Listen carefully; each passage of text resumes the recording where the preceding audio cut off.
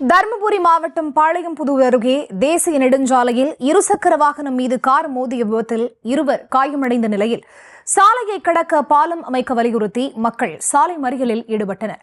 இது தொடர்பான கூடுதல் தகவல்களோடு இணைகிறார் செய்தியாளர் வெற்றிவேல். அவரிடம் பேசலாம். வணக்கம் வெற்றிவேல், விவரங்கள்.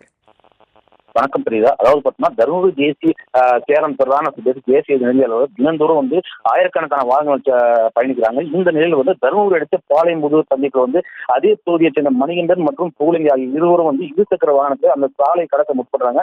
அப்போது பெங்களூரில் இருந்து சேலம் நோக்கி சென்ற கார் அந்த இருசக்கர வாகனத்தின் மீது மோதி அருகே இருக்கக்கூடிய மற்றொரு கார் மீது மோதி விபத்துக்குள்ளாகிறது. இந்த இருசக்கர வாகனத்தில் சென்ற இருவரும் பலத்த காயம் ஏற்பட்டு அங்கே துடித்து இருந்தாங்க. இதனால அங்க இருக்கக்கூடிய அவங்க மீட்டு 153 தருமபுரி அரசு மருத்துவக் மருத்துவமனைக்கு சிகிச்சைக்காக அனுமதிக்கப்பட்டாங்க. இந்த நிலையில் அங்க இருக்கக்கூடிய அவங்களோட உறவினர்கள் அந்த இடத்துல அடிக்கடி விபத்துகள் ஏற்படுகின்ற ஒரே காரணத்துக்காக அந்த அந்த இடத்த மேம்பாலம் அமைக்கணும்னு சொல்லி திடீர்னு சாலை மறியலில் ஈடுபட்டாங்க. இந்த சாலை மறியல் சுமார் 1 மணி நேரத்துக்கு மேல நீடித்ததுனால கிட்டத்தட்ட 5 கிலோமீட்டருக்கு மேல அந்த போக்குவரத்தாண்டு வாகனங்கள் அனுமதி நின்றாங்க. இது சம்பவ இடத்துக்கு காவல்துறை தொப்பு காவல்துறை அவர்களிடம் பேச்சுவார்த்தை நடத்தி உரிய நடவடிக்கை எடுக்கப்படும் சொல்லி அங்க சொன்னதுனால அந்த சாலை மறியல் கைவிடப்பட்டது.